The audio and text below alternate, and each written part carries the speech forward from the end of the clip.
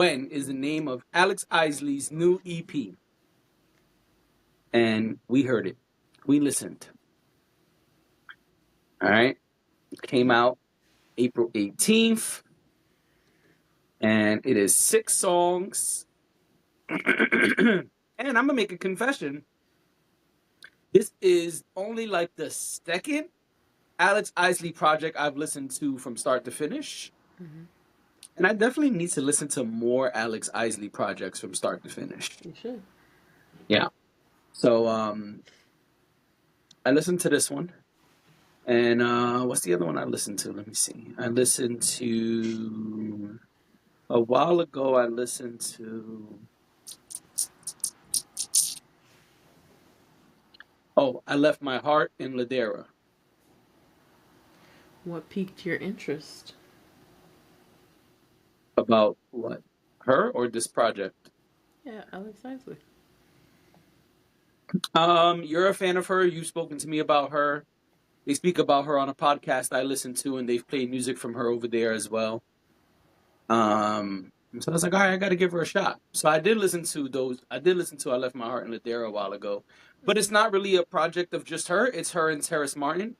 So it's kind of not a full Alex Isley project. And there's like a bunch of covers up there. So I was like, I got to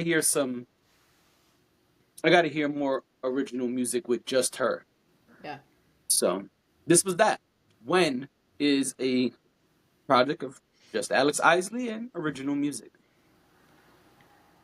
Tell us about your Alex Isley fandom and how you felt about this project. So, I think I've mentioned it on here before. I don't listen to it too much now, so I don't want to lie. But there is a podcast called The Friend Zone that I listened to religiously for years. Mm-hmm. And one of the segments on the podcast is Listens Lately. And the three hosts would talk about different things that they're listening to. They would actually sit there. I mean, I imagine they weren't on camera, but they would sit there and like go through their Spotify recent listens or their Apple recent listens or wherever they were listening, and look through and say, hey, this is actually how I've found out about multiple artists that I know about now that I didn't know about then. Like Flo Milli is Mm. one of them. Didn't know anything about her. Light skin Keisha, her name. But artists like that I just weren't on my radar. Alex Isley is one of them. Where she wasn't on my radar. She's a bit more my speed than the other two people I just noted. But yeah, so I give a lot of credit to them for sharing the music they listen to. One of them is really big into music and creating music. So actually, a couple of them are. So they're music lovers like you and myself. So it just I always felt like their recommendations were solid. Even if it wasn't something that I'd normally listen to, they kind of opened my eyes up to something interesting. So I'm That's good. always yeah, I'm always down to listen to something. Maybe I don't go back to it. That's fine, but I think that's part of being a music lover. I think you have to be open to all genres, all different types of artists, and Hmm. doesn't mean that you're going to like all of them, but at the very least, you have an appreciation for interesting music. So that's how I got into Alex Isley. I can't say that I'm like fully immersed into her entire catalog, but Okay. what I have heard of hers has always been great. I think she makes beautiful music. Um, and this project was no different. Um, it was just pretty from the beginning. Mm. When you hear that first set of chords, I was like, ooh, you feel like you're floating. She makes that music that makes you feel like you're levitating. Um, I don't have any complaints about this. Okay. Um, I'm sure that will surprise some people, but I don't have any complaints about this. Not even a small one. Um, I loved, I loved every moment of this. I thought it was beautiful. She makes music that sounds pretty. Hmm. Um, I felt like some of it resonated with me as well. Hands really stood out to me. Fool's Gold. I love the I'm gonna sound like you for a second. I love the instrumentation and the arrangement of Fool's Gold. Um, Yeah. that was really that kept I was like, let me listen to this again. And in fact, Hmm. when we got on, that's what I was listening to. Hmm. Um, and then I also, I mean, not to tell on myself, but what is the song? Is it the last song that I feel like was super relatable? Um, Thank you for a lovely time. I was like, this is relatable content. I don't Best know. song on the project. I don't know if I should admit that it's relatable content, but it is. Um, Best song on the project, in my opinion. it's a great song. It's a great song. I feel like she left the best for last.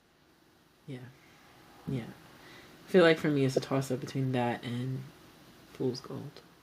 Okay. Yeah. What did you All think? right. Well, I we know what your best song on the project is. Oh yeah, that was my favorite one. But I like the entire project. Um, yeah, Thank You for a Lovely Time is my favorite. And then after that, maybe Mrs. Goody Two Shoes, Okay. maybe Fool's Gold. I like them both pretty much like neck and neck. They're like right there. Yeah. But I liked all the songs on this project. If I gotta choose a least favorite, it's the beginning song.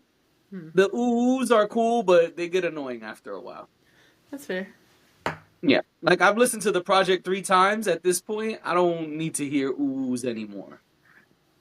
I know that's my fault for listening to it 3 times, but I like to really listen and, dive into the music. So I've listened to it quite a few times. I listened to it twice back to back Hmm. over the weekend. And then today I felt like, all right, we're gonna pot about it. Let me get a refresher. Do you think that people don't appreciate intros the way they used to? I don't think this was an intro, but um I think the love of intros left a long time ago. I don't think we get bangers as intros very often today. The last one that's notable is Dreams and Nightmares, probably. That's everyone's favorite intro today. I really like It's not my favorite Fab. intro. Huh? I said it's not my favorite intro. Yeah, mine either. Dynasty. Come on. Don't Um, steal my favorite intro. That's what I was that about to that's say. that's our generation's favorite intro. Yeah, but I wish I would have said it first because now they're gonna think that I stole your answer, and that was true. I was That's just about to that's say our whole Dynasty is generation. Our my. whole generation, that is the intro. Just like for the next generation, those behind us, is Dreams and Nightmares. I don't even make the sound. I never make the sound right, but y'all know how it sounds. Y'all know how it starts. The Dynasty niggas, as promised.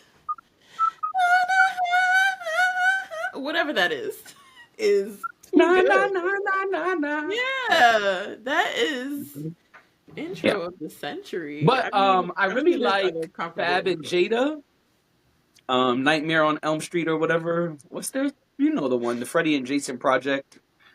Um I think that's what it's called. I always forget what they call it because they had to change the name from the original name. Oh But my that gosh. intro is really good. Sorry. Okay. Talk about a bugaboo, okay?